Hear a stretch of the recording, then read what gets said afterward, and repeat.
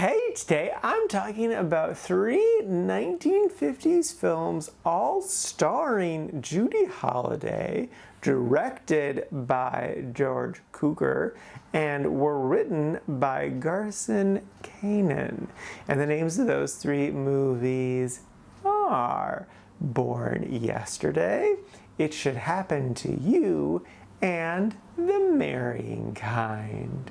First up is Born Yesterday. This is a 1950 film, and hot damn is it so good. The basic premise is Judy plays this ditzy blonde whose boyfriend is this really slimy owner of a bunch of junkyards, and they've traveled to DC to grease some palms of some politicians to do some shady stuff. And whilst there, the boyfriend gets annoyed that she's so dumb, so he hires a guy to teach her to be smart. And over the course of the film, she learns that being smart is actually a much more fulfilling life. I first off have to just ridiculously praise Judy for her performance. It is something else. Like, she has such a unique speaking voice in this, which I could see maybe get a little annoying and grating to some people, but I feel like she really was able to walk that line of having a unique style of speaking without it seeming really gimmicky or too much. Plus, she is able to perfectly capture this joy and humor while also having this very subtle undertone of sadness. So like, she seems so happy and whatnot, but actually she's deeply sad. And so she's lying to herself. It's so impressive how she was able to convey all of that with this fun, silly little voice. And then of course, I love the messaging of the film that being stupid is taught just as much as anything else. That to have this desire for ignorance is something that's just ingrained in people for whatever reason, like an objection to authority type of thing is a common one. But like, actually as people, we really thirst for knowledge. We thrive on it. That learning is so fundamental to how we as a species has gotten to this point. And so to actually dive into that is so rewarding. It just can be difficult sometimes to find things you're actually interested in and to get over those societal pressures to be stupid. So yeah, no, I crazy love this movie. It's so interesting. It's so fascinating. I love Judy's performance.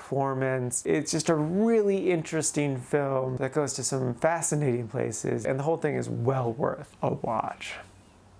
Next up is It Should Happen to You. This is a 1954 film, and the basic premise is Judy plays this young woman who has come to New York to make it big. She doesn't really have specific aspirations, and one day after she gets fired, she stumbles across this giant billboard and fantasizes about the idea of her name being up there. Not for anything specific, just her name up there for everyone to see. And she's saved up a bunch of money, so she goes to the company and does it. She buys 3 months worth of time up on the big board. And it's so interesting because like the whole thing is just chasing fame. Like that's what she wants. She just wants to be known. And like part of it is kind of quaint insofar as like looking at it from a modern perspective. It seems like every other person is desperately trying to be famous. And so it's quaint in the sense of like looking at how we're all trying to get famous all the time versus people back in the 1950s trying to get famous. Just like literally putting your name on a billboard was an attempt to get famous. And it's so interesting. I would compare this film to Andy Griffith's film, A Face in the Crowd. There's actually some similarities too with just even like the name of that movie and some speeches that happen in this. Because both films are about like kind of nobodies suddenly becoming somebodies. Whereas with the Andy Griffith one, he's a giant asshole and just a terrible person. Whereas in here, Judy holds on to her innocence while still having a distaste for the downsides of fame. Again, I love Judy's performance. She's really mastered the subtlety of showing deep, complex emotion, especially those sad ones. But then every time she sees her billboard, she lights up. It's like she's a completely different person. She is just the light of the world in those moments because she just can't believe how incredible it is that her name is up there on a billboard. Like, it's magical. I love it. And then Jack Lemmon is such much the perfect pairing for this. He is charmed by her, he's annoyed by her aspirations for fame in the right ways, like her kind of ignoring all the downsides for such a long time, and the aimlessness of it as well, in that like she just wants to be famous but not for something, just to be famous. You're not really standing for anything in that sense. That's a big core part of the movie, is she doesn't really have anything to stand for. So why is she even doing this in the first place? Like, she has nothing to really say. And he's hilarious, he's so fun. He's the perfect pairing for this. So yeah, no, I loved this movie again. It was so interesting, it was so fascinating, and it really got to me in all the right ways. So yeah, no, thoroughly enjoyed, definitely recommend.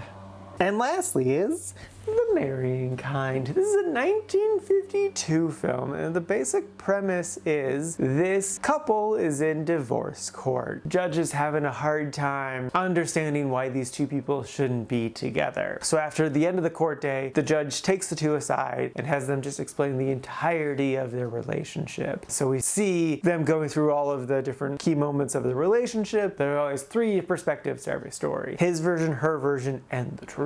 I do think it's an interesting story. It is an interesting idea watching relationships fall apart. Since it's the 50s, I assumed the end was just gonna be, but they stayed together because that's what you're supposed to do. And that is what the end is. But what's so frustrating about this movie is how they almost completely disregard the core reason why they should not be together. I fully believe these two should not be a couple anymore. They are in for bad times. There's a lot of little things. There's one evening where like he spent the entire evening just flirting with this other beautiful woman, really disregarding his wife. There's a lack of appreciation between both parties for the things that each other does. Her not understanding a lot of his work issues, being demanding for social things, all that. And if it was just those little things, I could see someone making a good argument why they should stay together. But the reason why I believe these two should not be together is because there's a moment near the end where they have two kids. The oldest kid is like 8 years old or something. They're having a beautiful picnic in a park. The boy runs off to play in the pond with all of his buddies. It's a really interesting moment because Judy is singing this song, this really beautiful song. Well, suddenly in the background, all this chaos is happening. And then out of nowhere, a boy runs up and is like, your son, your son. Well, it turns out their son died. He drowned. Now, they do give it its moment that at the park, they get very sad. It's been a year or so later when they're at the judge's office, and they are, both of them, very sad and emotional at the death of the son. But the judge so quickly brushes by the moment. She's like, yeah, that's sad, but let's move on to the next thing. Clearly, like, that was a thing that happened, but it's not the most important thing, which is just so